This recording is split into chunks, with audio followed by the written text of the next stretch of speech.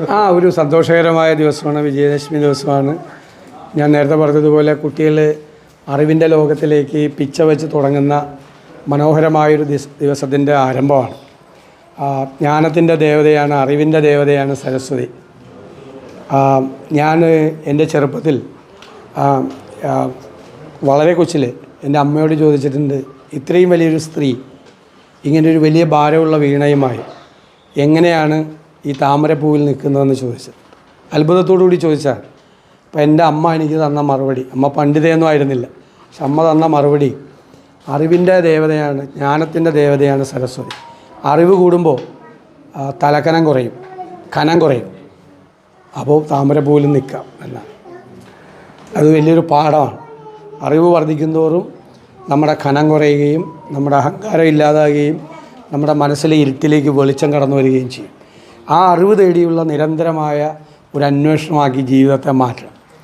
പഠിച്ചു കഴിഞ്ഞാൽ എല്ലാം പഠിച്ചു കഴിഞ്ഞു എന്നല്ല, പഠനം തുടക്കമാണ്. പഠനം എപ്പോഴും നടന്നുകൊണ്ടിരിക്കുന്ന ഒന്നാണ്. ഒരു വിജ്ഞാനത്തിൻ്റെ വലിയ ലോകത്താണ് നമ്മളിപ്പോൾ ജീവിക്കുന്നത്. നമ്മുടെ കുട്ടികളെല്ലാം പഠിച്ച് വലിയ മിടുമിടുക്കന്മാരായി മിടുമിടുക്കികളായി ഉയർന്ന സ്ഥാനങ്ങളിലേക്ക് എത്തണം. അവരുടെ മാതാപിതാക്കളുടെ സ്വപ്നം അതാണ്, നമ്മുടെ എല്ലാവരുടെയും സ്വപ്നം അതാണ്. അപ്പോൾ ആ അറിവിൻ്റെ ലോകത്തേക്ക് കുഞ്ഞുങ്ങളെ കൈപിടിച്ച് പിച്ച നടത്തിക്കാൻ തുടങ്ങുക എന്ന് പറയുന്നത് ദൈവികമായൊരു നിയോഗമായിട്ടാണ് ഞാൻ കാണുന്നത്. അതുകൊണ്ട് തന്നെ വളരെ സന്തോഷകരമായ ഒരു ദിവസമാണ്. നേരത്തെ ചോദിച്ച ചോദ്യം പറഞ്ഞാൽ ആദ്യമായിട്ട് എഴുത്തിരുന്ന ദിവസം ഓർമ്മ ഉണ്ടാവില്ല, എന്നാലും അതേക്കുറിച്ച് പറഞ്ഞു.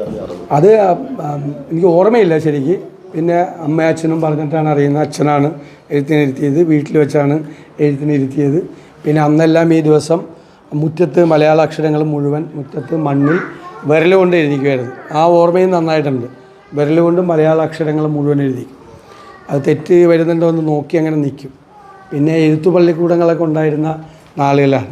മണ്ണിലെഴുതിയാണ് അക്ഷരങ്ങൾ പഠിച്ചത്. അതിൻ്റെയൊക്കെ ഒരു രസകരമായ ഓർമ്മകൾ, ഗ്രഹാതിരത്വം നിറയുന്ന ഓർമ്മകളെല്ലാം മനസ്സിലുണ്ട്.